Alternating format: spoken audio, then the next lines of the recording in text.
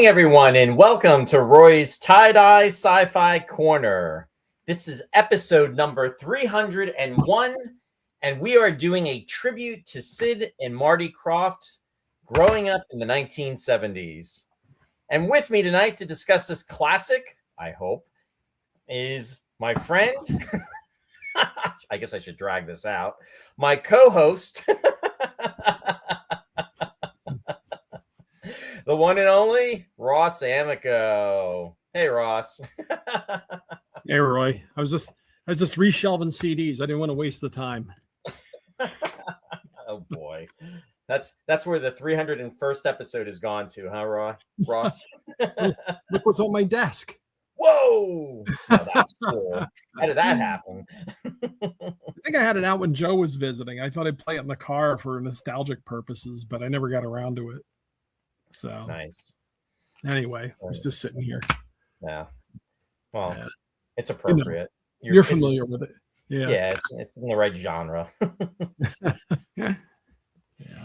Anyway, just want to say hi to our folks that are joining us out there. And at the top of the list is Lou. Welcome, Lou. And he's joining us from Rhode Island. Lou, good to see you out there. Hope you are doing well and doing better and better. And always, again, great to see you out there. And I see Shari is out there joining from downstairs. Hi, hun. She's saying, hey, guys, welcome back. We missed you. Ross, the Invisible Man. Lots of laughs.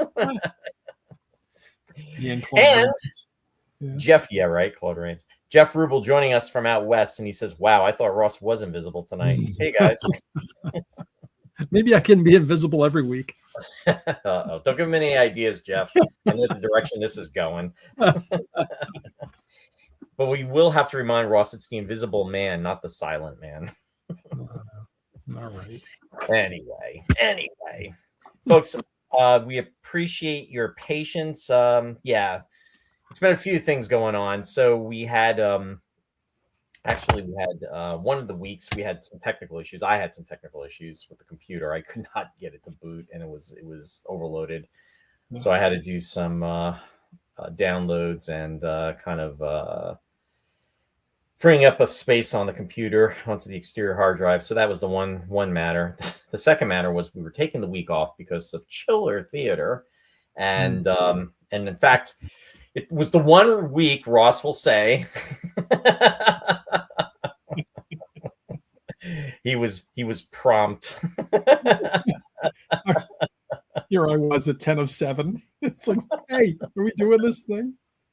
I started cracking. I like, everybody go. They went to Betson's. Ross was a week early, so there you go. I know, it was a week early. Mark that down on your calendar, folks. That won't happen again. Yeah. No, that wasn't last week. Was 2 weeks ago? That was actually 2 weeks ago. Yeah, because last week then I was sick. Right. Yeah. So. No, and you're feeling better, right, Ross? 100%. 100% Ross. You're 100% Ross? USDA approved. God help us. Or should I say, Zod help us? And the other week, what I was saying too is I was at Chiller, and I have to say, and I had two reasons for going to Chiller. One was to see my friends, the one and only Edwin Grower, if he's out there, and his lovely wife Rachel. They were both there at Chiller, and I see them very often. So they were there. So I got to see them, which was great.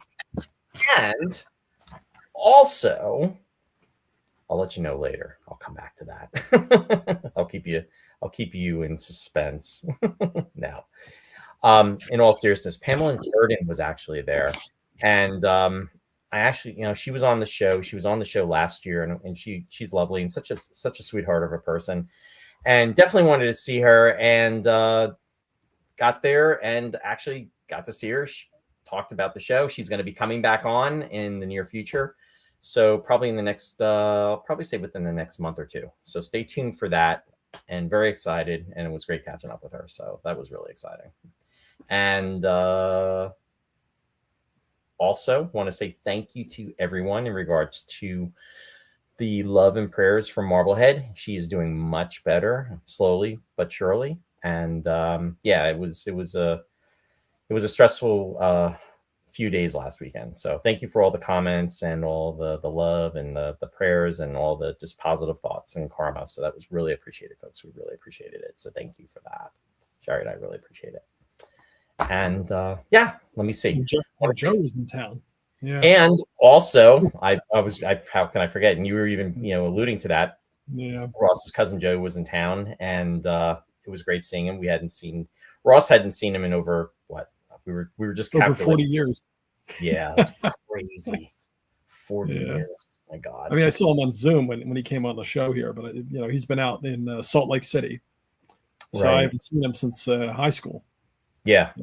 So probably like 1980. I think we were just talking about this the other day. Probably around 1983 into 1984. So literally coming up on 43 years, 42 and a half years right now. Yeah.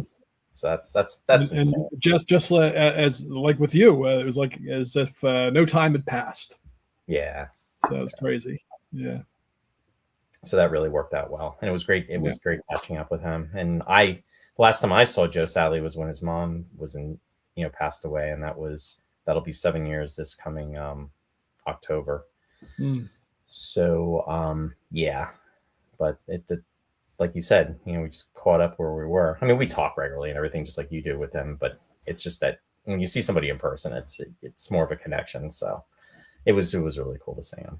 So, but yeah, so I think pretty much caught up, and sadly, the show that we're doing was sparked because of Sid Krofft. Oh my God. I will get his name right. I want to say one thing and I keep saying the other. Sid Krofft. Sid Krofft had passed away, and we wanted to, do a show dedicated to him and to also his brother Marty. And man, the brain cells are going. You know what? 60 is like dangling a carrot in front of me, and it's going. If you can't remember Sid and Marty Krofft, you'll never remember their birth name. I mean, they deliberately did that so you would remember their names with the double F. Yeah, the double F. Yeah, and there's Sid Krofft. Okay. And also, I want to direct everybody to their website. It is a really, really cool website. So it is www.sidandmartykroft.com. So if you have the opportunity to check it out. But Sid passed away on April 10th, almost a month ago. It'll be a month this Sunday. So we've been trying to schedule this episode. So, and then his brother actually had passed away November 25th of 2023. And it was a few years ago, but not that long ago. So anyway. You'll have to let me know if I freeze as we're speaking, because I keep seeing you kind of freeze. I can still hear you, but it gets all metallic and your face freezes and you snap back. Then it's the Max Headroom thing going. Oh boy, so, there's a show we should cover. That's like 1987, I think. Oh, okay. There you go. I want to say hi to Bill. Bill, welcome. Hope you and Mary are doing well. Thanks for joining the show. See, Bill's name I remember, and I even remembered Mary, and he didn't type in Mary. Yeah. Hey, Jeff. Yeah, baby. Austin Powers. So anyway, they did a lot of television back in the day. They did a lot of stuff on Saturday mornings, I would say, and really started in the 60s. But for us growing up, the crux of these shows really came through in the 70s. And I remember watching many of them, but not all of them. Yeah. And some of them I really didn't even watch at all. And I will come clean on that. Well, there were a few kings of Saturday morning television, where they kind of there were maybe 3 or 4 production companies that split everything, divvied it all up, and Sid and Marty Krofft certainly had a huge chunk of the pie. But they were born to Greek and Hungarian parents, in Montreal, in Canada. Yeah, for Canadian friends that are out there. Yeah.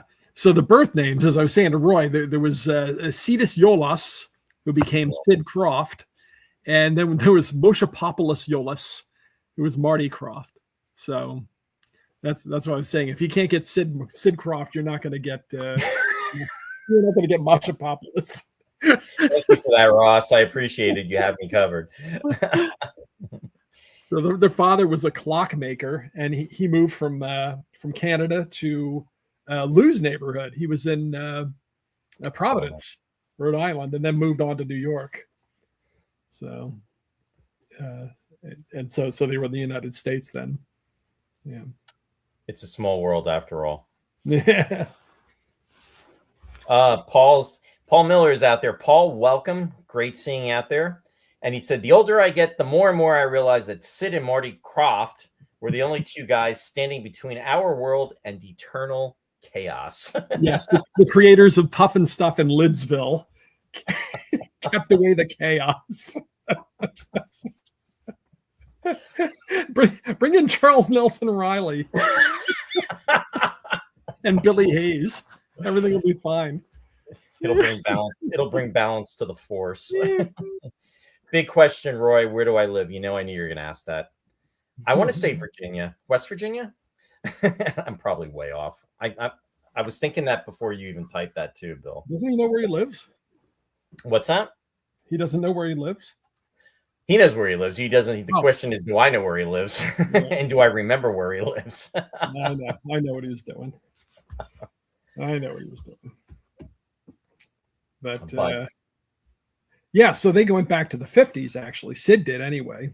And their promotional material, their marketing claimed they were like fifth generation puppeteers. Yeah, I saw that. Revealed later on that was all BS. That was just something their publicists came up with. Sid was doing puppet shows back all the way into the 50s, though. Well, Ross, you and I have been doing podcasts for the last 30 years, right? And in puppet shows.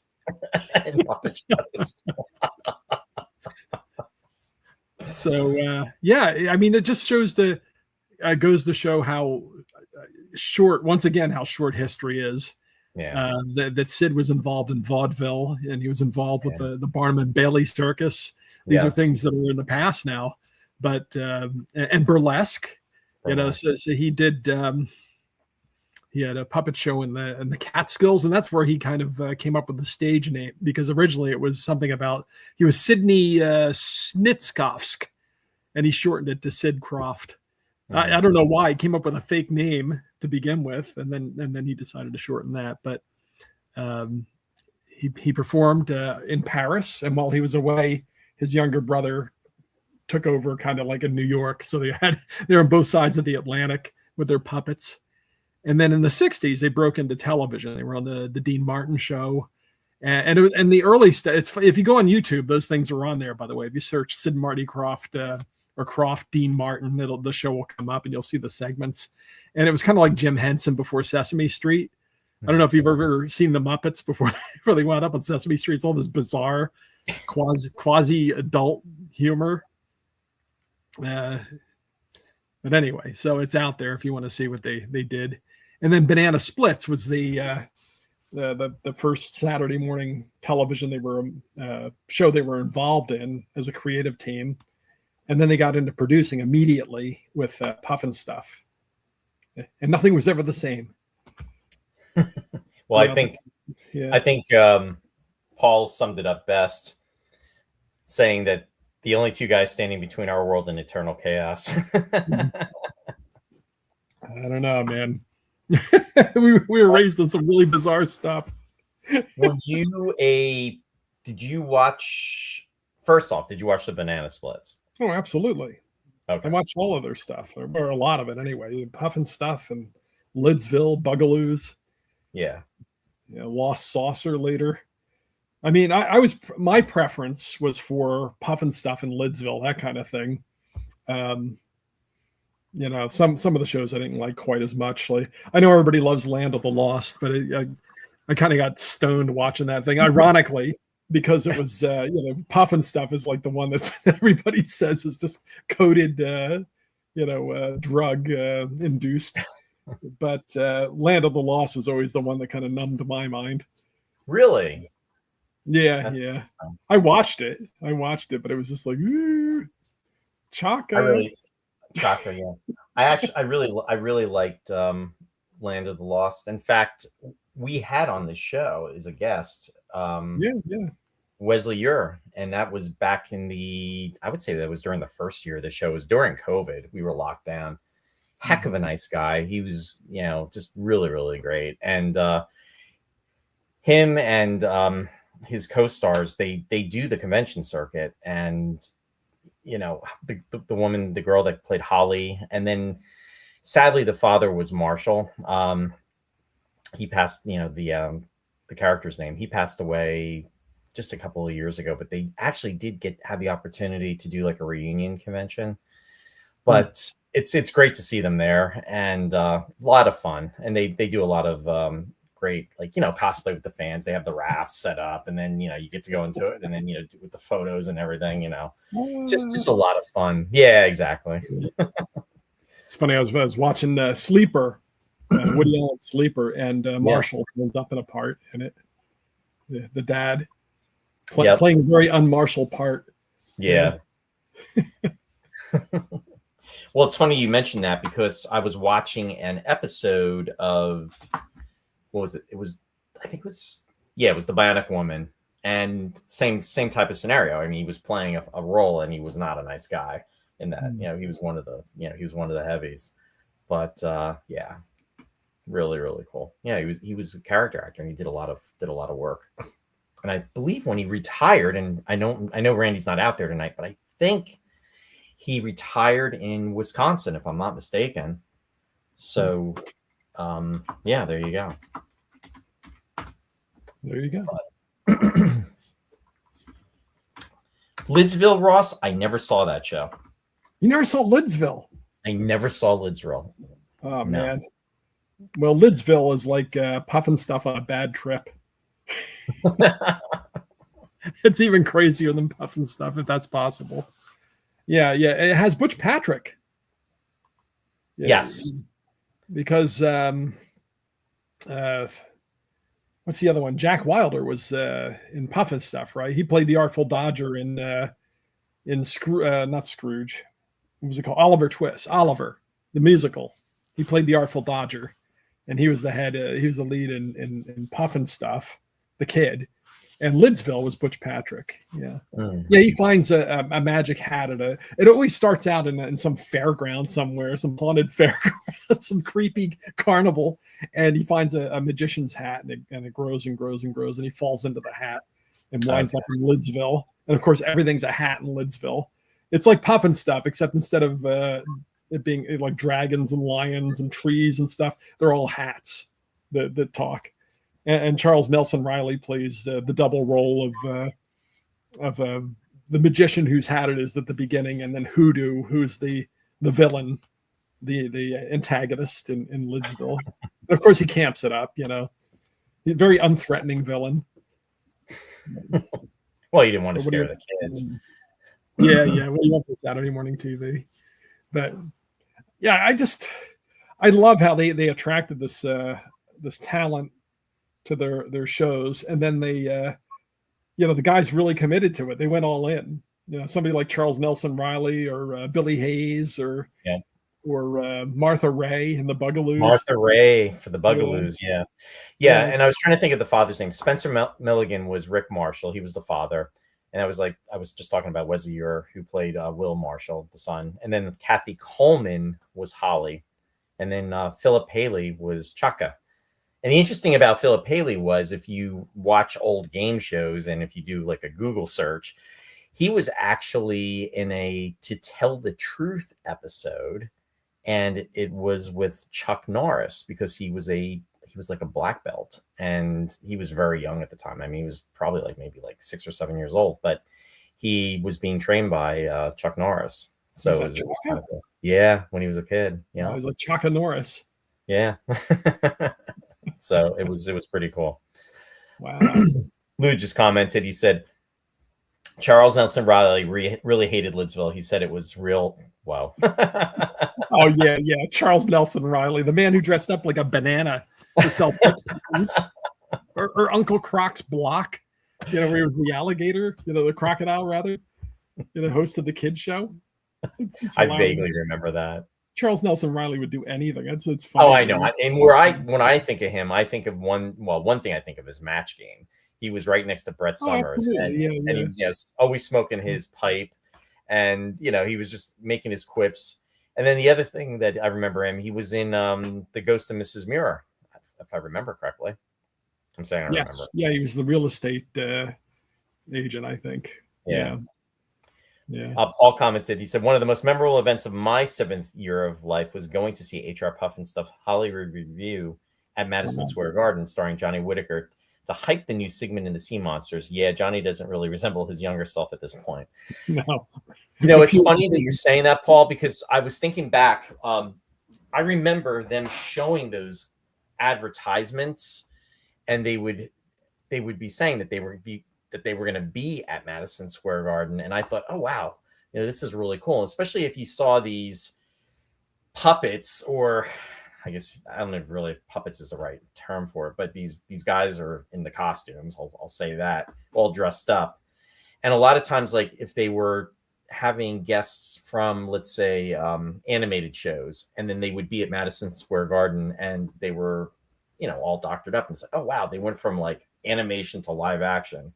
It's like, that's really cool, but that's like the 5 or 6 year old kid in me thinking, how do they do that? Yeah. I told you I saw Charles Nelson Riley once. My parents took me to Sardi's in New York, which is like the famous actors hangout, post-Broadway hangout. And we were having dinner, and Charles Nelson Riley was across, a couple tables over. And I said, oh, it's Uncle Croc. He was on Saturday morning TV as Uncle Croc's Block, but I knew who he was because he was all over Saturday morning TV. Like I said, he did the Bic Banana commercials, and right. He's a very, very familiar presence even then. But my parents are like, go over and talk to him. Go over. It's like, no, I'm not going to go over and talk to Charles Nelson Riley. He's eating dinner. Even when I was like 9 or 10 years old, I'm not going to go over and talk to. I was younger than that probably, because that's when those shows. How old were we when those shows were on? Like early 70s. Oh my goodness! Probably you were probably like 6 or 7 years old. Yeah, so even then I knew I wasn't going to go over. Because Lidsville was on in 71, so we would have been 5 at the time. Yeah, I mean they reran these things, and Uncle Croc would have been on at that point, so it was probably after that. So it would be whenever. I would have gone over, and he would have told me what Lou said. That show's a piece of. That was 1975, so I was probably, like 9 years old or so when I saw him. That's crazy. Yeah, he wasn't wearing a banana suit though. Bill said, looking back, I think they took Lost in Space monsters as the inspiration for their characters. Yeah, I wouldn't doubt it. Or Voyage to Bomb the Sea, because a lot of that was recycled. It's funny. I went back and watched just to refresh my memory. I watched one episode of Pufnstuf the other week when we first were going to do this, and it's no wonder that we knew so much, because there in just the half hour that I watched which is not a full half hour. They had impressions of Edward G. Robinson, of Carmen Miranda. It's like, if we told this to anybody younger than us, they have no idea who these people were. Right. There was W.C. Fields. Aside from the Wizard of Oz kind of thing, where they were always picking up the apples and throwing them, and that kind of thing. The trees were always throwing that stuff. But yeah, so they were pretty elusive, not elusive. They alluded to other things. And the other thing about them is that they were very burlesque in a way that things, the comedy has changed so much now. And back then, people still very much had one foot in that kind of burlesque kind of or vaudeville kind of setup and presentation of the punchline kind of thing, Yeah. in the manner of like a Mel Brooks movie kind of thing. Mel Brooks did it. I watched the Cheap Detective for the first time last week. I'd never seen it. I'd seen Murder by Death, but I'd never seen Neil Simon's Cheap Detective. How was that? It's like a satire of the Bogart movies, and it's got Peter Falk. It's got everybody in it. Peter Falk's in it. Eileen Brennan, and so basically, it's like so far you're 2 for 2. That it sounds like it's the cast of Murder by Death doing this other movie. It is, and then some. But they're all in there. But yeah, they're all involved with that. Madeline Kahn's in it, so they got some of the Mel Brooks people too. But it's people of that era knew still how to deliver that kind of humor. Now it's like when you watch, I don't know if you know, but they continued History of the World, the Mel Brooks History of the World. They did a part 2 that was a streaming thing, and I watched a few episodes, and it was humorous, but the comedians now don't have that. Yeah. They don't deliver the same style of it's not the same style of presentation of the it's a lost art, Ross. It's a lost art. People don't know how to get on, and you can understand everybody because they really enunciate and they get the jokes across. They have great delivery and great timing. But anyway, Pufnstuf and shows of that sort still had kind of one foot in that, even though it was geared to kids. Yeah. And the other one that comes out, Far Out Space Nuts, Chuck McCann, and Bob Denver. Mm-hmm. That.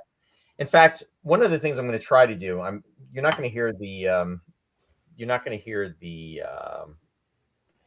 music, but I thought it would be fun to try to remind folks of the what the openings were like for some of these shows. I can't play the music because if I play the music, we're going to be thrown off the air, and you'll have your night free. At least I know you're not a pod, Ross. I was waiting. So anyway, let me see if I can share the screen really quickly here, and here we go. Did it come up? Not yet. We're getting a swirl.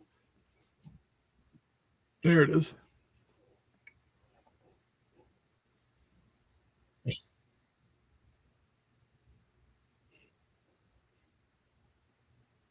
says breakfast. And then it says lunch. It says lunch, not lunch.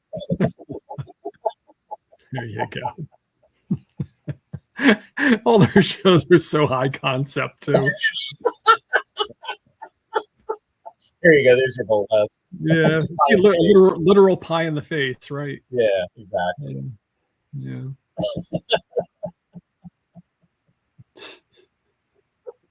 Oh yeah. Oh my goodness.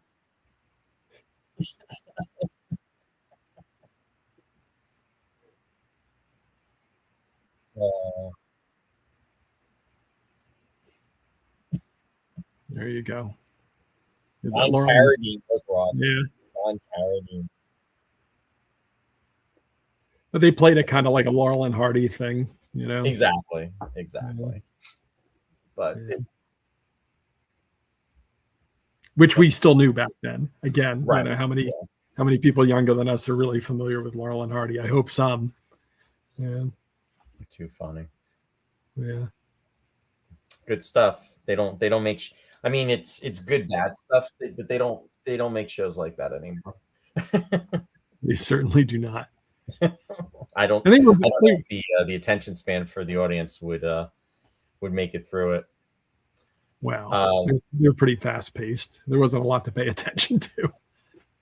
Paul said the Edward G. Robinson voice stuck around forever. Remember Boss? Yeah. Yeah. And of course, the Warner Brothers, which were before that, they were always imitating him on the Bugs Bunny cartoons, and Billy Crystal gave it some legs because he was always doing his Edward G. Robinson impression through the 80s. Bill said the comedians from the 60s honed their talents in burlesque and the venues in upstate New York. Absolutely. And Jeff Rubel said Fossen has to have been the most. Oh, Far Out Space Nuts has to have been the most out there show they did. Yeah, I would agree. Well, I'm not saying something. Yeah. Well, I guess that's a pun there too. Yeah, Okay. yeah. But I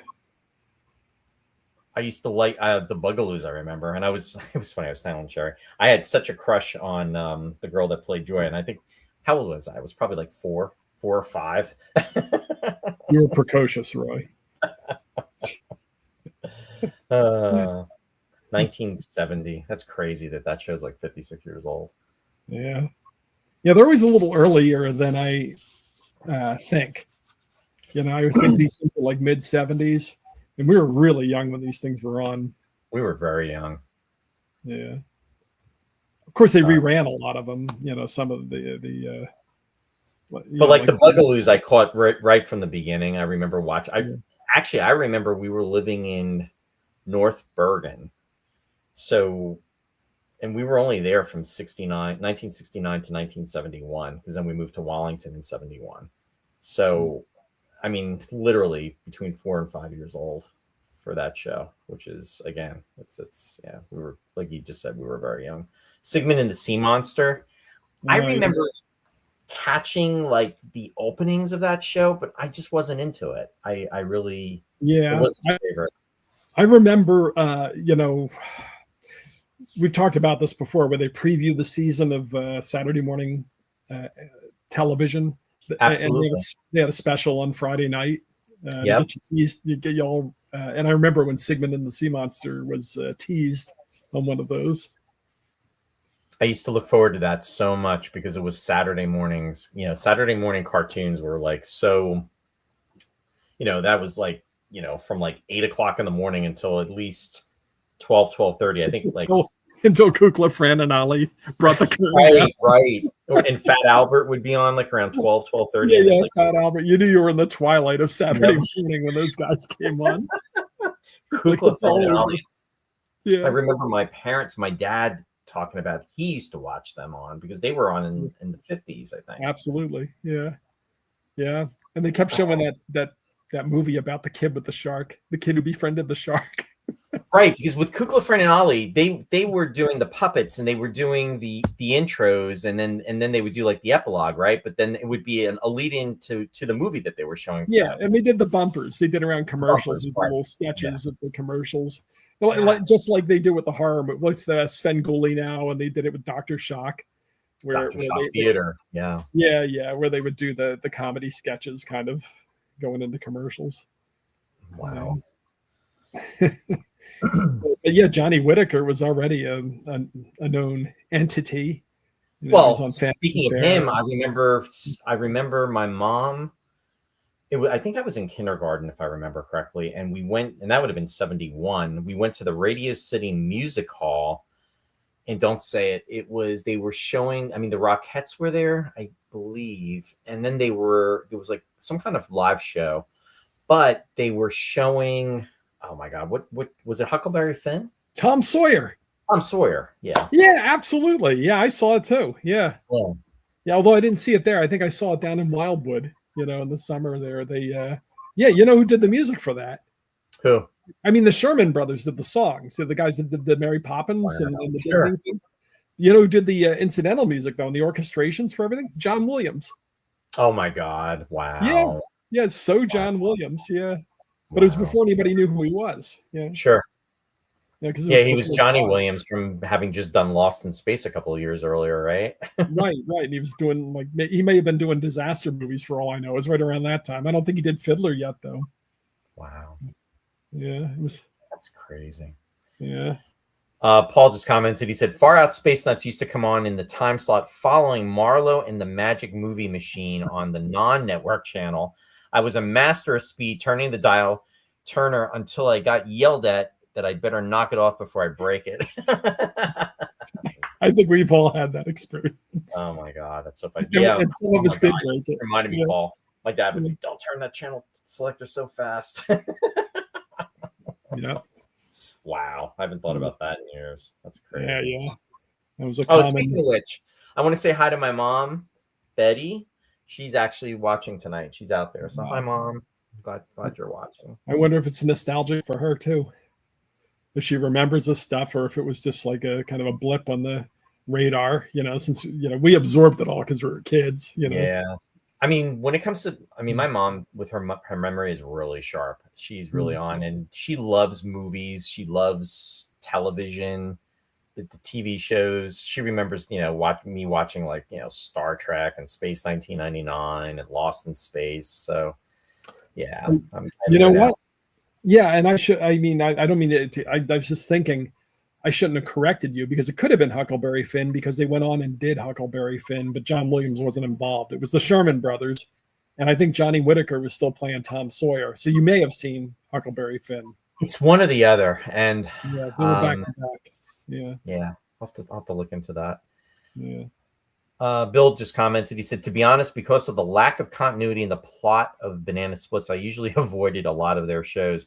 HR Pufnstuf was an exception, probably because they set the plot out in the intro." Yeah, Lidsville was like that too. All you have to do is watch the intro. You knew what was going on. Yeah. All right, I know what this show is about. Hey, Marianne's joining us. Hey, Marianne, great to see you out there. Thanks for being out there. Hope you're doing well tonight. Yeah, Lidsville I didn't watch. Pufnstuf I watched occasionally because I remember the theme song. I guess everybody remembers that. Yeah. Land of the Lost we were just talking about, and I watched this throughout the 3 seasons that was on. Although I have to say, I was bummed for the second, not for the second season, but for the 3rd season, because I think it was Ron Harper came on as Uncle Jack. Yeah. And he was. I knew him from, he was on the Planet of the Apes series. He was one of the 2 astronauts. You're right. I miss Marshall must have asked for too much money. They sent him to the time board. Yeah, I prefer. There was some kind of contract dispute or something that had happened, and I preferred Spencer Milligan as the father. I really did. Yeah, and the opening is the best too. I mean, they had good openings for their shows. Oh yeah. But Marianne said, "Not too great, but I'm here. I love Land of the Lost. Watched from the beginning to the end. I hope you're feeling better. I hope you're doing better." Yeah, Land of the Lost was really cool, and the effects were really cool too. In fact, Ross, I think if I remember correctly, Starlog number 8 has Land of the Lost featured on the cover. It's one of the earlier issues. Yeah, they're definitely effects of the era, and they're cheaply done, but it's cool. I mean, I'd rather have that than the computer stuff. I think it's amusing to see the miniatures and the almost like the video effects, superimposed on the background. But and then the banjos and the song. It's just yeah, definitely. Yeah. This show cracked me up. The Lost Saucer with Ruth Buzzy and Jim Nabors. What's crazy is, we watched these things as when we were kids, and I thought, wow, that's Gilligan, or that's Gomer, or whatever. And I think, wow, what are they doing? Those shows were a million years ago, right? Because a lot of them are in black and white and that kind of thing. But then you realize it's only a few years later. It was like 10 years later doing these things. It's yeah. Actually, I'm gonna try to I'm gonna try to gear this one up too. So let's see. Again, folks, I apologize. I can't. I would love to. Part of the fun of these shows too is the jingle, the jingle, the intro. But I'm curious to see if it jogs any memories. So let me. Here comes the high concept opening. Yeah, here comes the high concept opening, which is the same thing as almost like Far Out Space Nuts.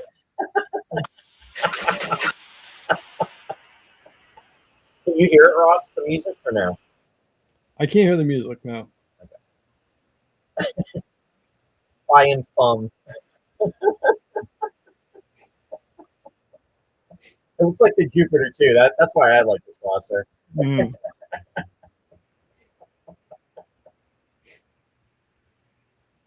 There you go. The dwarfs. This always cracked me up with the people.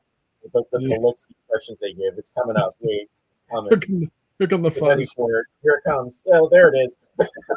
right. Their bathrobes.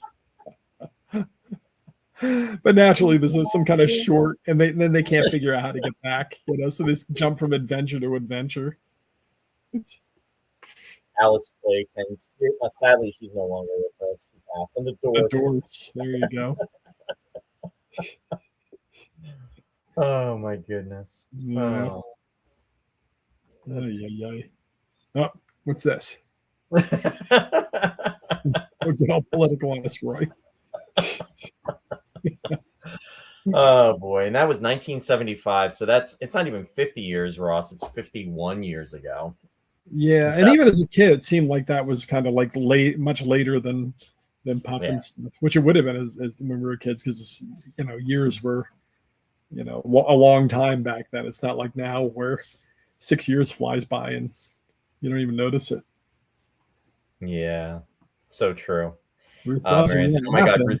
Yeah, that's sure, and Laughing. Yeah, loved her, and Laughing with her and Artie Johnson. Johnson, right? Hey, Randy, no worries. He said, "Sorry, I'm late. I'm stuck in a storm outside the Daytona Speedway." Whoa. Okay. Stay safe, and thanks for jumping on for a moment, and have fun. Enjoy. Yeah, that's pretty cool. We're always second choice for Randy. I know. Randy's always doing really cool stuff. He's always traveling the world and watching us everywhere. He's the man of intrigue. That's right. Stay thirsty, my friends. Randy, it's the most interesting. We appreciate you always jumping on, though, Randy. Yeah. And appreciate the bubblegum too. Yes. Yeah, Far Out Space Nuts. We were just talking about that and showing that intro. Oh my goodness. That was so I remember my dad taking cracks about the special effects and then the set, because you had the would look like the Apollo module, and it's like this big piece of cardboard, especially when they're like trying to shake it. They get these like aliens and they're shaking the ship.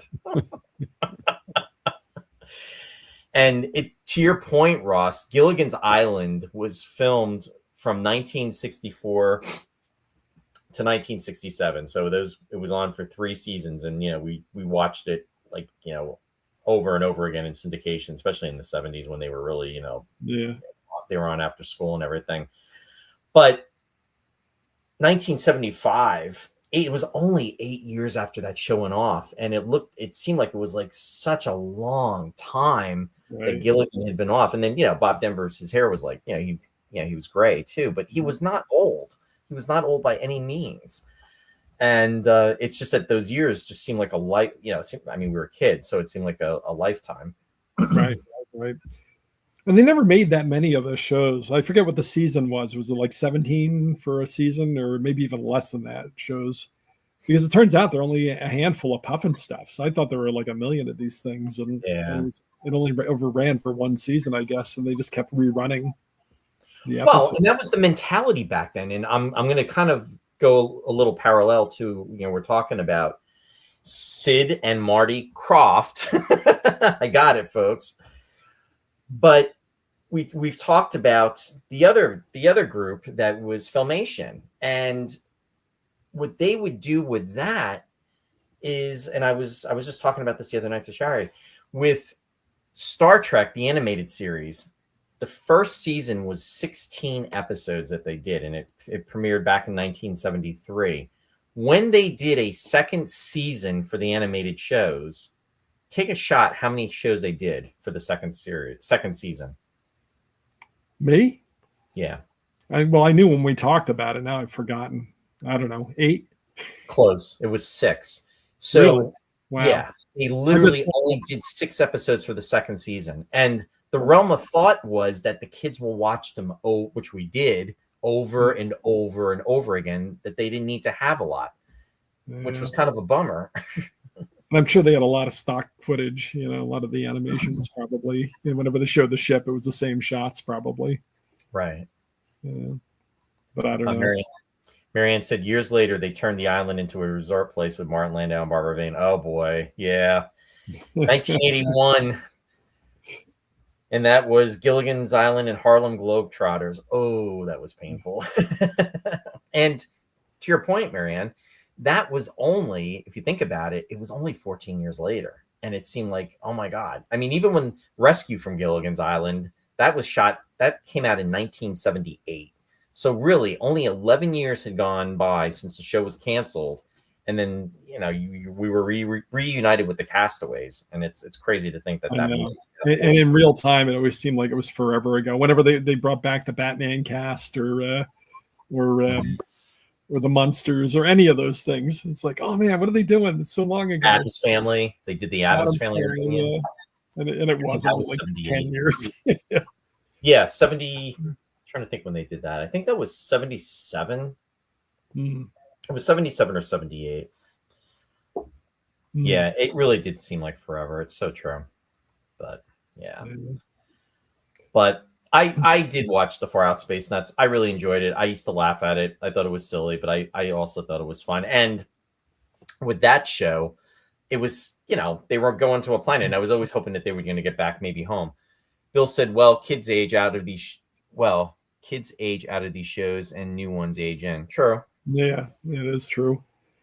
Unless you're undemanding like we were, and we just kept watching them when we're 25.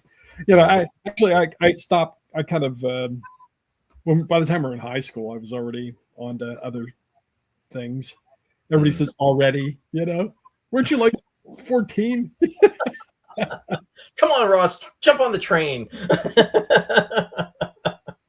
Watching Dr. Shock.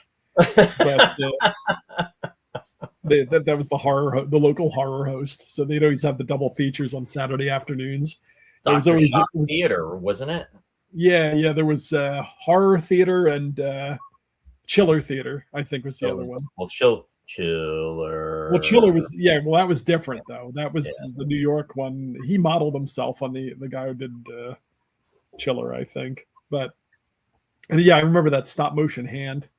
They used to scare the whatchamacallits out of me. Yeah. I can't remember. It's. I'm sure there are people out there that remember. You can look him up, but if you were lucky when you watched Dr. Shock, it was like them or Tarantula or something like that. But often he had like really grade Z 50s. It was always the radiation from the mutants and. What was it? Do you remember the Amazing Was it the Amazing Colossal Man or the Colossal Man? And he had Invasion of the Saucer People or Saucer Men, and they had the needles that came out of the fingers with dripping poison, and you can only keep them at bay with the headlights on your car, Exactly. And the Day of the Triffids, where they would. Day of the Triffids, 1963. We did that one. We did that one, yeah. Yeah, so there were some good things on Dr. Shock. There were some good things on Dr. Shock. There were. But again, in between, he did his magic tricks, and cast members dressed up in drag, and they had they had all kinds of shenanigans, comedy shenanigans. And he'd have his daughter on Bubbles. Do you remember that? No. Oh my God. Get her in on the act. Yeah. Too funny. Yeah. Bill said the hand is the second Chiller opening. Oh, it was the second, right? Yeah. Zachary was Zachary, right? Who you're probably thinking of. He would be at Chiller Theater when the convention that I was just talking about earlier that I was at. He would actually be there, and he would be up on his his stand, and he would say hi to the folks, and he would do his selfies with them and everything. Oh yeah, he was. Sadly, it's been some time since he passed. He probably, there's been COVID, or he's probably been gone for at least 10 years now, maybe 12, maybe it's even longer. Paul said Rankin Bass did the Chiller Hand claymation. Oh, really? I didn't know that. Didn't know that either. Jeff Rubel said, "Did you guys see the hilarious House of?" Oh, absolutely, with Vincent Price. Yeah, there's a Vincent Price come on and do some of the spoken stuff. I think they filmed all his stuff separate and kind of spliced it into the show because it would turn up in multiple episodes, some of the same skits. But yeah, I always watch that. Yeah, it was another Canadian show. That's another one for the Canadians. Yay! Yeah, entertaining. Good Now, times. did you watch? Now, there's a few things that made up this show, but do you remember the Krofft Super Show? Oh, I absolutely do. Yeah. Which was one of the Bay City Rollers. Yeah. Captain Cool and the Kongs. Oh boy. Those guys must have been dying. Yeah. I mean, how cool can you be? Captain Cool and the Kongs. Oh my The goodness! monkeys thought they had it bad. This is the most corporate rock group ever. Just for the record, I was not a fan. I remember it being on, but I kind of like went past. I went past it. Yeah. Now, yeah. I did not make a special slide for this, but this is where all roads lead to Star Trek. Jay Robinson, who played Dr. Shrinker, he was in the Star Trek episode Alana Troyes, and he was the ambassador. In fact, he was green, and that's the episode with Franz Nguyen. Yeah. Well, he was Caligula in The Robe. Oh, that's right. And its sequel, Demetrius and the Gladiators. Yeah, so he made a big splash in the movies too. Yep, there you go. But these are the ones that had Jan Michael Vincent in it, wasn't it? Or was that Danger Island? Danger Island had Jan Michael Vincent. Yeah. But this was on Banana Splits, wasn't it? Or no, Dr. Shrinker, was that separate? That was no. Dr. Shrinker was it came out in 76, so this was not. The Danger Island was on Banana Splits. Yeah. Okay. Yeah. All right. Yeah. Apologies to Robinson. Yeah. Electra Woman and Dyna Girl. They both were a chiller. I think it was last year. I think it was before my surgery. Yeah, it was last year. And I almost went up and I was going to try to get their autographs. And then I let it, it was like Indiana, let it go. Yeah, I just let it go. But they were both there, and they had a nice line of people, and they both seemed very friendly and very nice. But Deidre Hall went on to do Days of Our Lives, and she was on there forever. I don't know if she's still on there. And who did she play? Marlena. Her character's name was Marlena. Was it Marlena Evans? I believe. Are you asking me? I know you don't know, but I think that's what her name was. Her name was Dr. Shrinker. Dr. Shrinker. There you go. Yeah, Bill said Zachary passed in 2016. Yeah, so it's been 10 years already. So Zachary way outlived Dr. Shock. Yeah, because he died young. Lou said, I had a private conversation with Zachary at one of the conventions. He was a really nice guy and was into model railroads. Well, that's kind of cool. Yeah, he was always pleasant with the fans. But no, Dr. Shrinker, I probably would have watched, but I didn't. Electra Woman and Dyna Girl, no, I didn't watch that. And Captain Cool and the Kongs, I just used to like. I mean, we were 10 at that time. Didn't they just serve as kind of a framing device though for other cartoons or other? Captain Cool and the Kongs did, and what they did was they showed Dr. Shrinker, Electra Woman, and Dyna Girl. The other thing that they did was, I did not watch this Wonder Bug. Yeah, I can't remember. I'm sure if I saw it, I would remember Wonder Bug, but I didn't. Magic Mongo, and I think Paul mentioned that a little while ago earlier. And Bigfoot and Wild Boy. Oh, but you remember Bigfoot and Wild Boy, don't you? I didn't watch it. Bigfoot and Wild I dodged the bullet, Ross. I dodged the bullet. Bigfoot was huge in the 70s. Bigfoot was everywhere. I liked the live action shows, but I was watching the Filmation live action stuff. I was watching Shazam in 74, Shazam and ISIS in 75, R2 in 76, Space Academy in 77, Jason the Star Command in 78, Jason and Star Command in 79. Right, with what's his name? Harris. Jonathan Harris. Harris, right. He was in Space Academy. Right, Shari just said, yes, Dr. Marlena Evans. I think she's still on the show. Wow. You had to make some tough choices sometimes. You better go to You had to make some tough choices back then, when your shows were up against other shows on the But I always kind of jumped for the animation. Yeah, I didn't like the live action stuff as much, so I'd watch a lot of these Sid and Marty Krofft things, unless like Pink Panther was on the other channel or something. It's I like, love Pink Panther. Yeah. yeah. Marianne said, loved Isis. Kind of reminded me of Wonder Woman, how she changed. Yeah. That's, yep. Yeah. In fact, we did a tribute episode for Joanna Cameron because sadly, she had played Isis and she passed a few years ago. And I think that was during COVID, because I think it's been about 4 or 5 years since she passed now. And we had on the show the actor that played Rick, who was the teacher, the school teacher. And he came on, and we were trying to get, and I can't think of the girl's name, the girl that was on in the first season of Isis, but she was unable to make it on. But that was a good show. In fact, that almost became a lost episode, but we have it. Yes, Randy, Isis. It must still be raining. All right.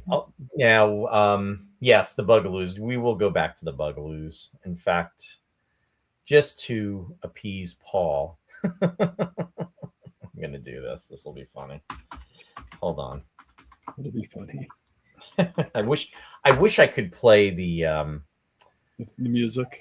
The music, because it's. I mean, it's half of it right there, right? I mean, with that. Hold on. So, but it's still fun to do. So let's see. Did I lose you, Ross? Nah, I'm here. Ross is like, nah, I'm still here. I'm still here. I'm still dancing. You're still dancing? I am. Better than I ever was. It's funny. I didn't lose you, but I kind of did lose you because I switched the screens. And there we go. All righty. All right. Let's see if I can make this work. All right, folks. This is 1970. And let's see if we're in the air and everywhere. Yeah, exactly. Sing it, Paul. Sing it.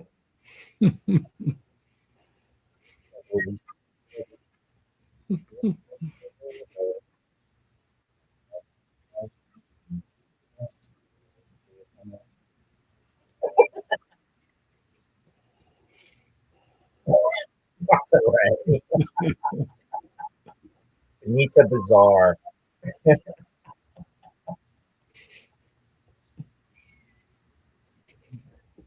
Oh my goodness. Oh my goodness. You knew you were in a half hour of goodness there. Yeah. There's definitely a formula to those, the Pufnstuf, Bugaloos, and Lidsville were all kind of the same. Yeah, they really were. I think they poured more. If they ever poured any money into any of them, I think they poured more money into Pufnstuf and Lidsville than they did into the Bugaloos. I love the Bugaloos. They gave everybody bell bottoms and wings, and they said that's your budget.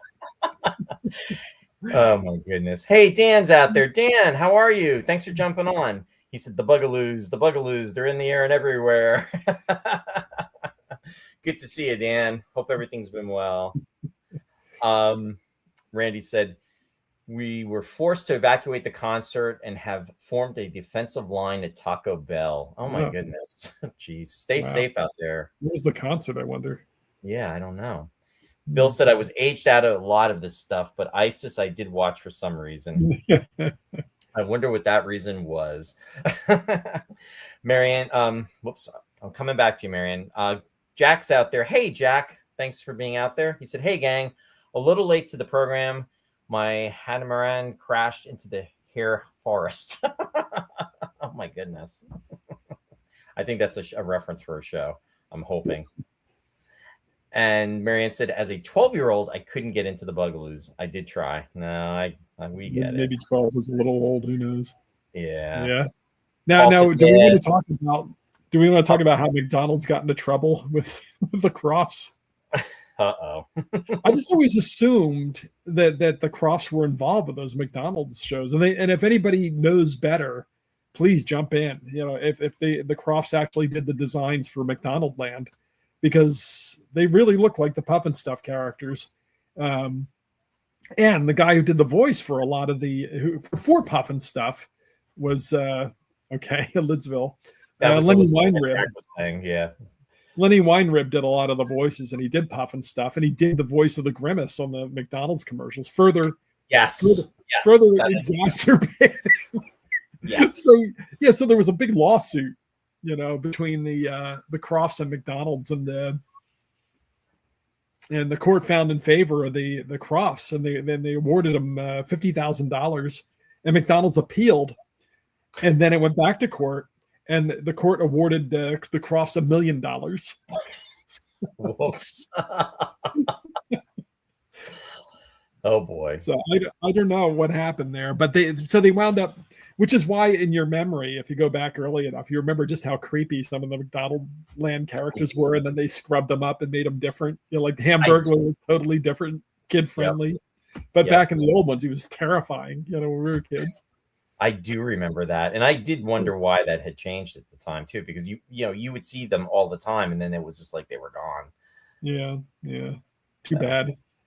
Yeah, warped our childhoods.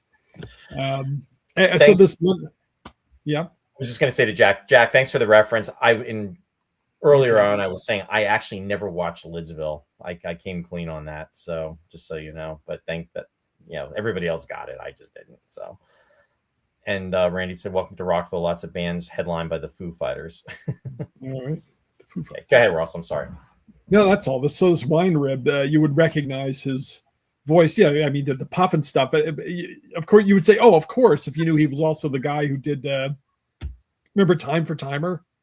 The timer would come on, and he'd remind you to have a healthy snack of the cheese, a healthy hunk of cheese. I don't remember that. He did a little song and dance. I don't. I bet you Dan remembers that. Yeah. I'm slipping on that one, Ross. Yeah, you remember they used to have little educational things and health-oriented things that they would run between the programs sometimes. Right. Remember Just a Bill and Capitol Hill? Oh, sure. Yeah, that was like Saturday mornings. Yeah, absolutely. Yeah. So Timer had a bit that they would have on there where he'd tell you to eat healthy stuff. Okay. But anyway, he did the voice of Timer, and if you remembered Pufnstuf's voice, of course, it's absolutely the same guy. What else did he do? He did. There was Paul another. Said, I hanker for a hunk of cheese. yeah, I hanker for a hunk of cheese. Absolutely. And his the other one that jumped out at me was Scrappy Doo. The voice of Scrappy Doo. Yeah. Schoolhouse Rock. Dan said, yeah. Schoolhouse Rock. Yeah. Thanks. So that was the voice. That was the same guy that did the voice of Grimace. Pufnstuf, yeah, and Grimace, yeah. And Grimace, yeah. I definitely picked his voice out because I remember him from those commercials. Yeah, and it wasn't the only time that they were involved in lawsuits. Unfortunately, Sid wound up suing Marty for some owed money. I saw that late in life. That's kind of sad because he was already in his 80s, I think. Marty was. Yeah. Brotherly love, right? Yeah. But there you go. Hey, May's joining us from Canada. Hey, May. She's saying, hi, everyone. Just got home from work. Hey, Not May. Too late, and we appreciate you being out there, May. Good to see you. Now, we are making our way into deeper into the 1970s. Now, I remember when this show was on. Now, this is not a Saturday morning show. This was a Saturday. Actually, I think this was on Sundays, but I could be wrong. And it was not on very long, but I was a fan of the television show when it was on from 1969 to 1974, having watched the 72, 73, 74 season on, I believe it was on ABC. And when you see what I'm going to put up, Ross, you're going to go, oh, yeah. But, and let me know if you actually watched this. And I didn't realize that they were involved with this.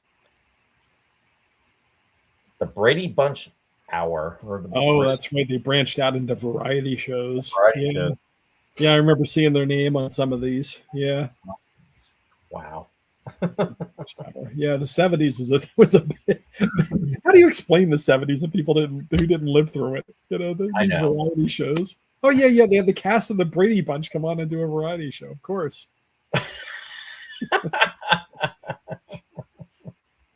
There were so many of these. Yeah. The Osmonds had the one. The Osmonds too. Yeah. Remember the Hudson brothers had the Saturday morning show? Yes. The variety show. Yeah. And Jerry Rishel, if I'm pronouncing her last name correct, she actually is at Chiller Theater, and she's a regular there, and she goes by the name of Fake Jan, and she's so nice, and she's always great with the fans and everything, and she's been going there for years. So she played Jan in the Brady Bunch hour because Eve Plum, I guess, did not want to come back to do it at the time, and then I think she came back later on. By the way, Eve Plum has a new book out. I don't know if you know this or not. She wrote a book about her experiences. Yeah. Maybe not the first one. I don't know, but I know that she's been touring with it. Yeah. Dan commented, the Brady Bunch hour was rough. They tried so hard for that Partridge Family market. Yeah, it really was, Dan. I think it only lasted something like maybe 7 or 8 episodes too.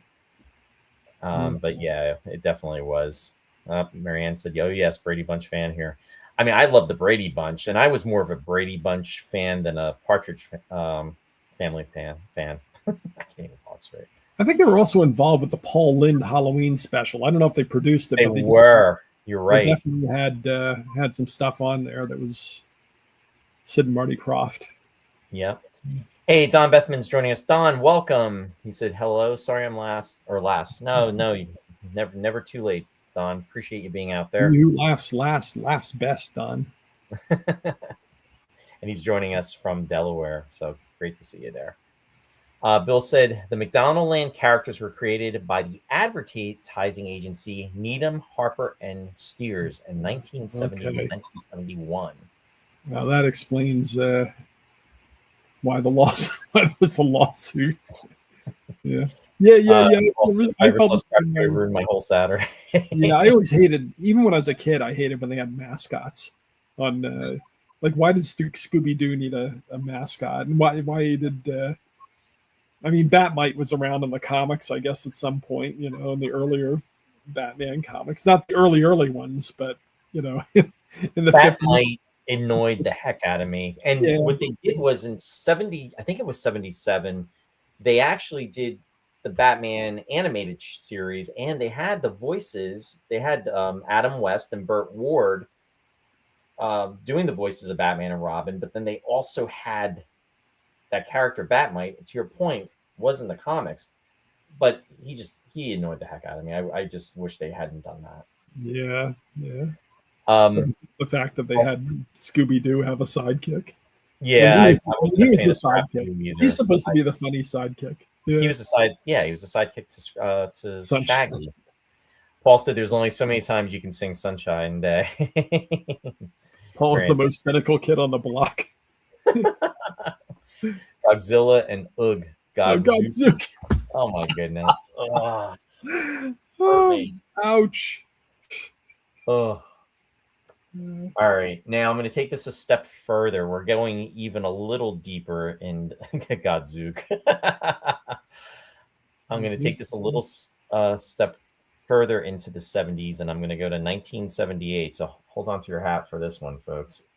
We thought the other one was anyway. Hold on to your lids. Yeah. Krofft Superstar Hour. Do you remember the Bay City Rollers? Yeah. Oh, absolutely, I do. Yeah. This had to be one of their finest moments. Yeah. Oh boy, yeah. And they did Horror Hotel. Okay, there's Witchy Poo. Yeah. And they also did Lost Island. And that was it.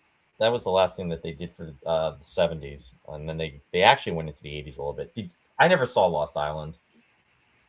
Yeah, I can't remember. I'm sure I saw it at some point, but I can't remember the concept. There's so many times that they're on islands. There was that one with, as we said, Danger Island had Jan Michael Vincent, and Richard Donner directed the episodes. Remember that? Yes. Now that was in the late 60s, though, wasn't it?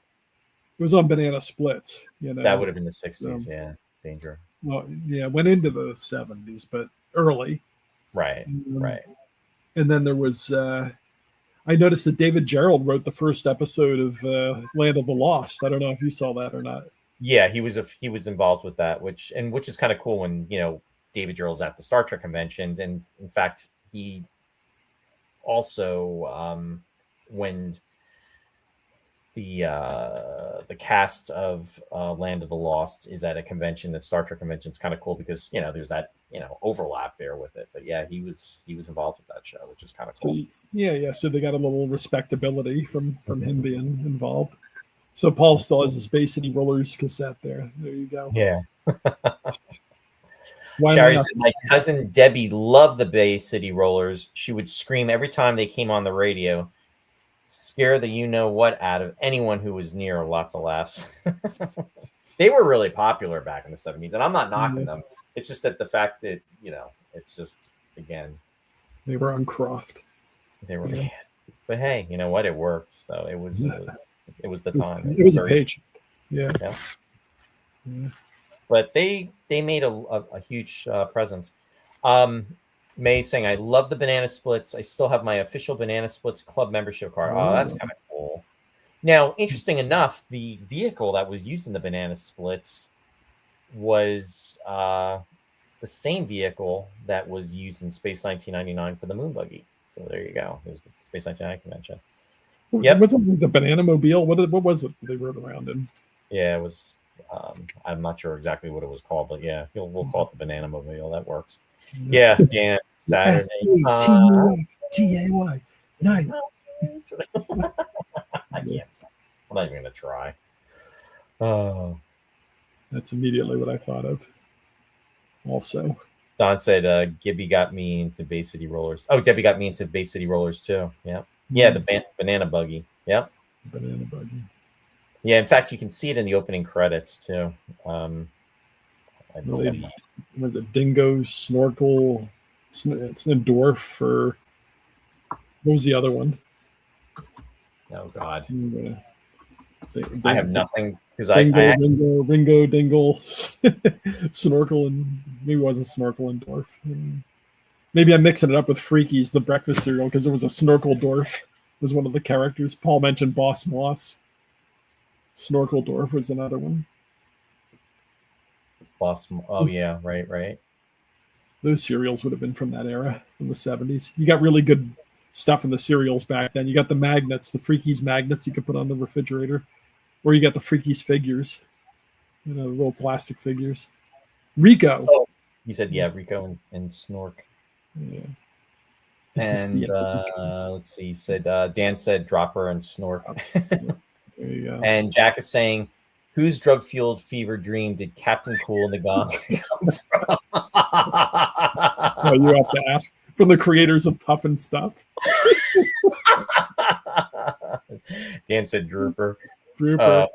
Okay, now, I'm going to try this. What's that? The Krofts claimed that there were no drugs involved. There's been speculation just because of the portmanteau of Pufnstuf, and the era, of course. But they both claimed it's like, no, you can't be stoned and do a show. They said there's no way.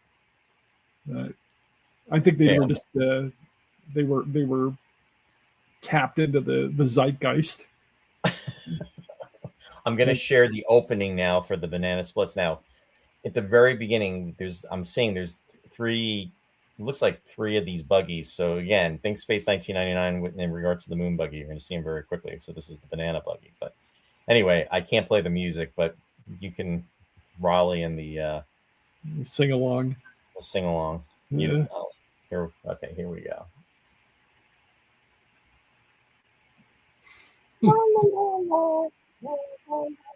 You're gonna get a shutdown.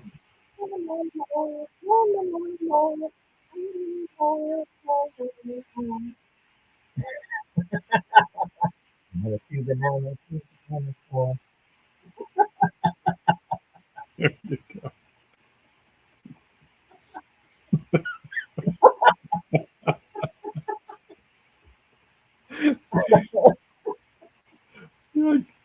I can't believe Paul said that these would protect us from the world's chaos.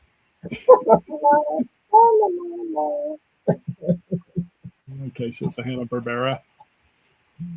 But the but the Krofts did the designs and everything for it.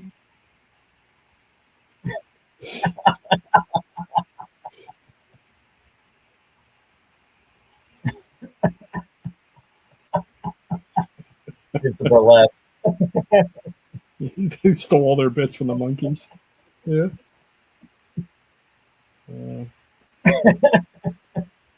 Oh yeah. Oh my goodness. There's the moon buggy. Right. Oh my god. Yeah, it's an era of merry pranksterism. Yeah. Oh my god. I miss it. I do. I miss it too. Oh my goodness. Let's see. May said, Fleagle, Snorky, and Dropper. Ouch, reminds me of my Chuck E. Cheese days. Paul, I'm pretty sure those banana buggies were coming out of the back. Very much like the monkeys. Yeah, good point, Dan. Oh my god. Batman's got to cut loose too. Blow off some steam. Quickly, old chum. Into your psychedelic elephant costume. Yeah. Oh, these themes are it's fun to watch. Enough of that. Oh boy, I'm trying to think of another one that we could have done the themes, but I think I'm not going to push my luck. I think we covered the good ones. Sadly, they actually built an amusement park in Atlanta, I think it was, and they had to close it because they didn't get enough people to come visit the park. Yeah. They probably thought it'd be like Lidsville, and they'd wind up in some alternate reality with Charles Nelson Riley as Voodoo and Billy Hayes as Weenie the Genie. Marianne said, "Bring back the good old times." Yep.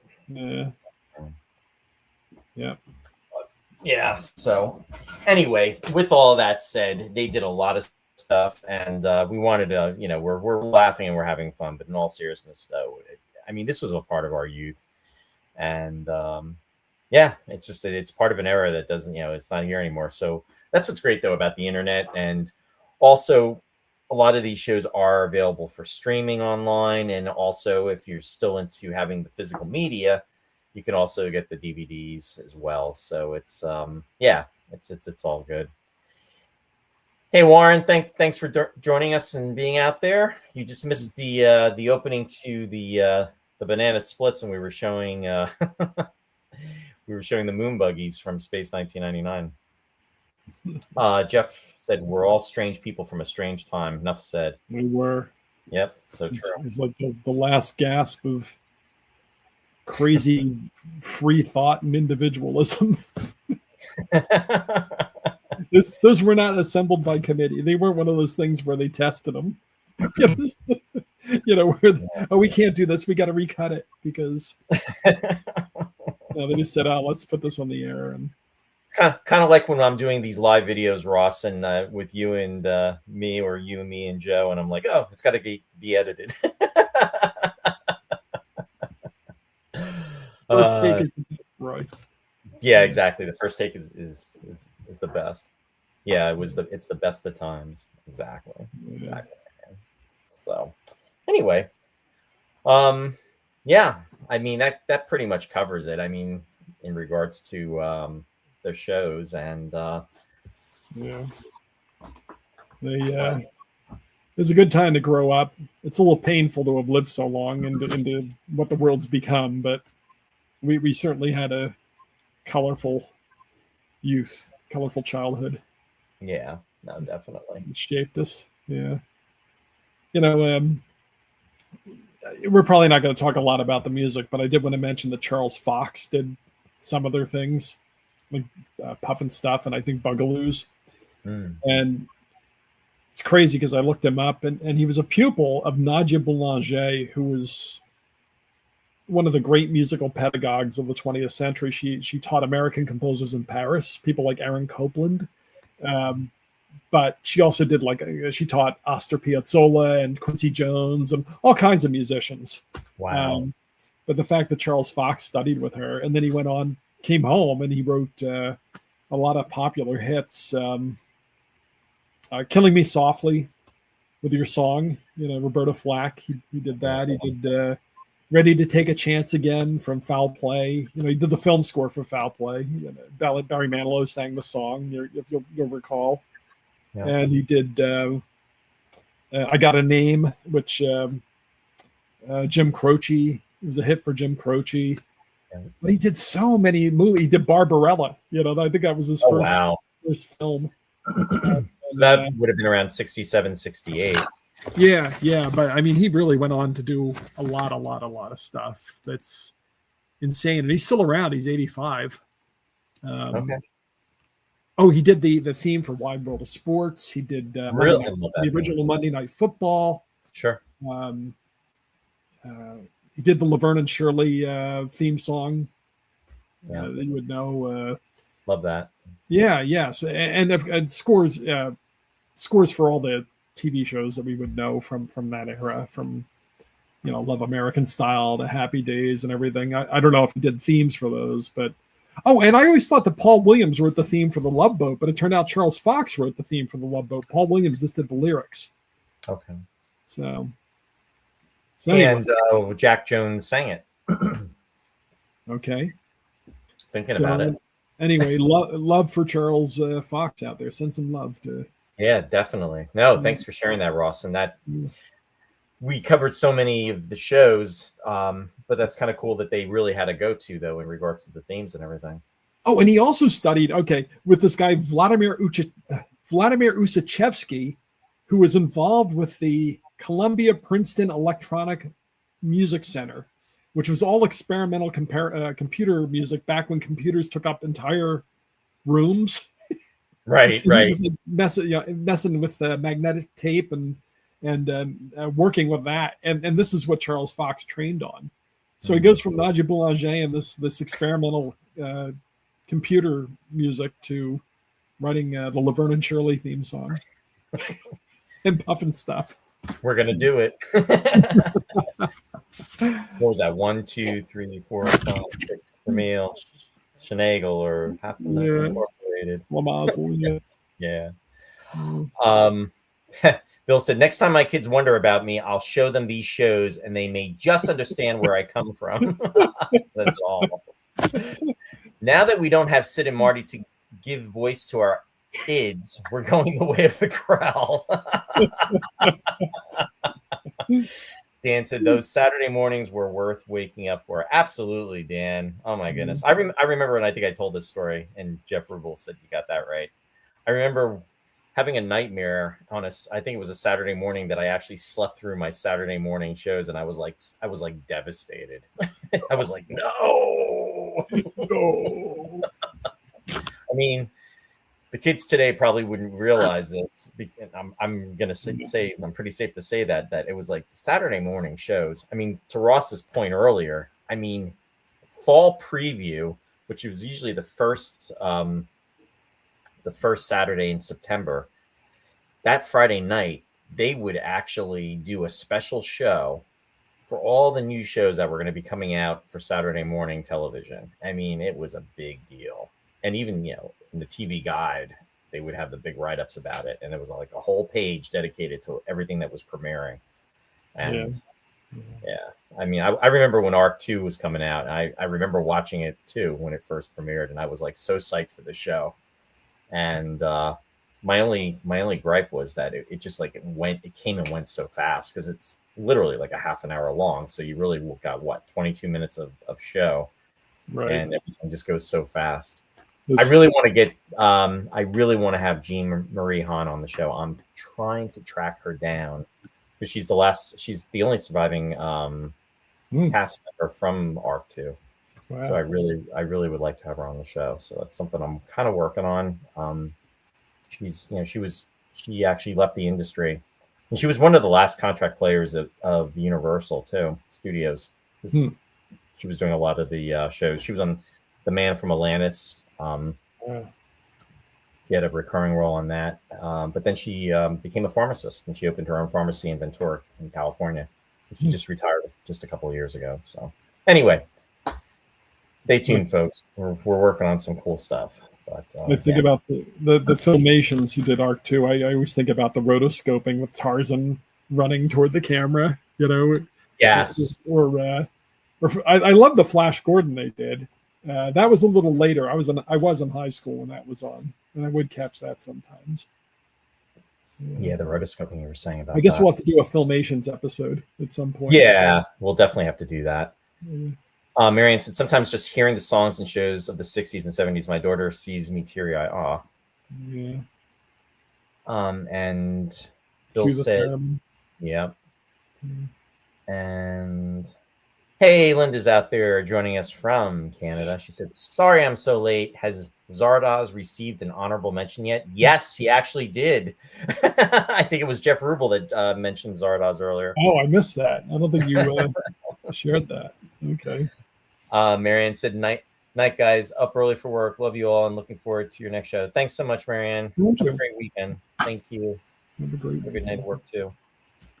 And hey, Stephen Ritter is out there. He's saying, just joining what you did to talk about the world of Sid and Marty Krofft indoor amusement park in Atlanta, Georgia. I wish I could have gone there. Yeah. Yeah, that would have been. You mentioned it, yeah. But we're just talking about it. Sadly, make it, yeah. Yeah. There she is. Yeah. Linda's laughing. Zardoz. It's the gift that keeps on giving. Yeah. Yeah. God, that was like what? We did that, 5 years ago, Ross? Maybe even closer to 6. Yeah. I think that episode survived too. I think it could have been one of the lost episodes, but I think we've got it. Zardoz would have fit really well with Lidsville.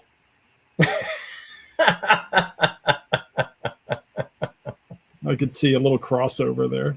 Yeah. I'm gonna have to go back and watch one episode of Lidsville just to test the waters. I'm afraid. Be afraid. Be very afraid. Linda says 5 years. It seems like yesterday. Paul said they had the Flash Gordon Tarzan hour for a while. The glow effects in Flash G always blew my mind. Yeah, I like that. Yeah. With the lasers and things. Yeah. It was pretty cool. It was cool. I was into Flash Gordon. Oh yeah. They were still showing the Buster Crab Flash Gordons when we were kids. I mean, TV was great back then. It was. You could watch Flash Gordon serials on regular television. It was only like maybe 38 years old, 39 years old. I mean, we're watching stuff that's 60 years old now, or 50 or 60 years old. It's crazy. I still can't comprehend the I don't know. I say it every time, but anyway, we're going to start to wind down, folks. If you have any last minute comments, please post them out. And actually, I am going to share. I was telling the folks about the website just so you get an idea of what it looks like. It's really cool. I have to give the admins a shout out. They're doing a great job in regards to that. And again, for the website address, it is going to be, and this is again, www.sidandmartykroft.com, and that's Krofft with 2 F's, as Ross was saying earlier. And to stand out, but here's just an idea so you can see the website. But it's pretty cool, and they have all the theme songs listed there too, so you can go through and you can play them and to your heart's content. But I think that's pretty cool, and actually I'll put that in. Excuse me. So there you go. But anyway, let me stop sharing, and I'm going to go to the shout outs and make it relatively quick tonight. I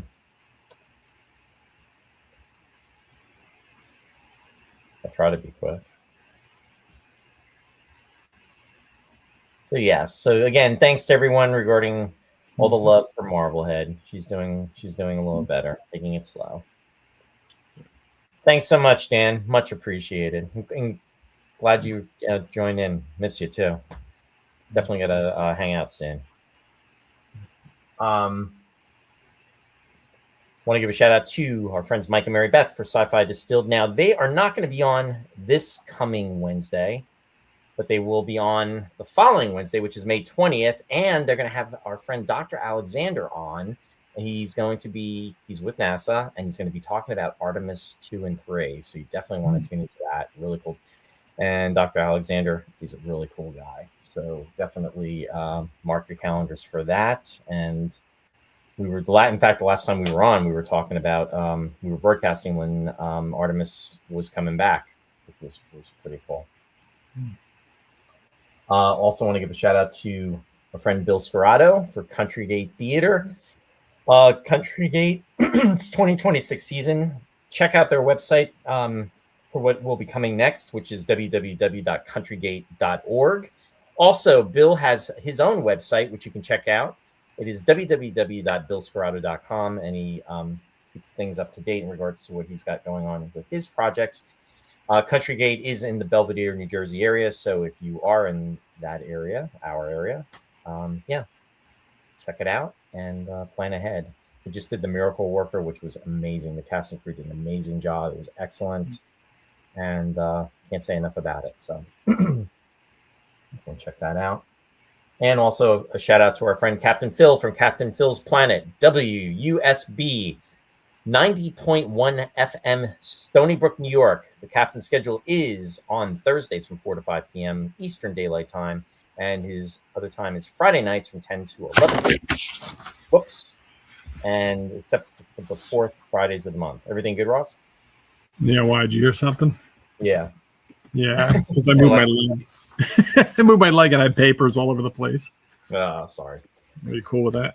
Want to give a shout out to our friend John Kenneth Muir. John is and the gang, the crew for Abnormal Fixation. Season 2 wrapped actually last year. They're working on season 3 right now, but the last episodes of seasons 1 through 7 had premiered. And stay tuned for episode. Not seasons 1 through 7, episodes 1 through 7, and stay tuned for episode number 8. Again, this is an award-winning web series. It is amazing. Definitely check it out if you have not checked out Abnormal Fixation. In fact, John's going to be coming back on the show probably within the next month. I want to have him back on, and we're going to be talking about sci-fi shows of the 60s and the 70s. We're going to be just going through a list of stuff. So very much looking forward to having him back on, and it will be a great time. Also, want to give a shout out to Star Trek's 60th anniversary. That is happening this year. And if you have the opportunity to get to Ticonderoga, New York to visit the Star Trek original series set tour, definitely do so. William Shatner is going to be up there, and the dates for that are going to be June 25th through the 28th. And just go to the website. The website address is www.startrektour.com. There's going to be an amazing array of guests that are going to be there, including William Shatner, and a lot of cool stuff going up at the set tour this year. So, and the Kickstarter for the Galileo, the home for the Galileo had just completed, and that will be taking place unveiling in September. We'll talk about that later, but anyway, just wanted to make sure everybody marks their calendars for that. Also, Manchester 1999 for Space 1999. This is going to be the last Sunset Convention. It's taking place September 11th, 12th, and 13th. The website address is www.space199950years.com. Scheduled guests for right now: Nick Tate, Anton Phillips, Suzanne Heimer, also Carolyn Seymour, and John Hugg will be there, and there will be some other guests as well too. A lot of cool stuff in regards to Space 1999. In fact, Warren, who's out there, just completed the Kickstarter for Return to Moonbase Alpha, and which was a huge success as well too. Talking more about that as well. So definitely mark your calendars. Definitely check out the website. In fact, today for the hotel information to book and schedule online was just released at. And again, you can go to the website, www.space199950years.com. And again, Return to Moonbase Alpha, continuation of the classic television series Space 1999. Just stay tuned in regards to more information, folks. If you've been tuning in, you know about it. and lots of information about that. So very, very cool. Also want to give a quick shout out to my son Ryan for his website, Run by Ryan, Empower Your Run. He is a online trainer, and if you can register at the website, there's no cost associated with that. However, if you want to go to the next level, there is a cost associated with that. But definitely check it out. It's free to join. His website is www.runbyryan.com. And Ross, if you can let everybody know what you've got going on. Okay, these are my 3 recorded shows. Picture Perfect's the movie music show. It's on right now for the next 15 minutes or so. This week, it's just all films that have women's names in the title. So there's Rachel by Jerome Ross. There's Emma, which is a Jane Austen adaptation with music by Rachel Portman. There's Laura by David Raxon, the famous film noir with Dana Andrews. And oh boy, now I can't remember her name. But anyway, it's a very famous theme song. And then the last thing, the thing that's on now, is a film with Lana Turner and a very young Roger Moore. It's Diane is the name of the movie. Miklos Rozsa, the composer. And those are Jean Tierney was the one that was in Laura. She played Laura. Anyway, so that's going on now. The movie music show Picture Perfect goes until 9-ish. And then Sweetness and Light is the light music show. That's on tomorrow morning. It's all Mother's Day oriented. It's all nursery songs. They're based classical music based on nursery songs. And that's 11 o'clock Eastern. And The Lost Chord tomorrow night. That's unusual and neglected classical music. It's highlights from an opera by a Catalan composer by the name of Xavier Monsalvatge. And they're gonna have selections from his opera Puss in Boots tomorrow night. So that's at 7 o'clock on The Lost Chord. They're actually airing on the West Coast now, so it's actually 3 hours earlier if you're out there. But these are the Eastern times. It's a KWAX. And I tease these things on my Facebook page and on my website. So if you're interested, tomorrow morning, you can read about Picture Perfect. Or not Picture Perfect, but it's Picture Perfect's over there right now. You can read about Sweetness and Light and The Lost Chord tomorrow morning. Because it's hard to say Monsalvatge. Anyway. Thanks, Roy. Yeah, thanks, Ross. Very cool.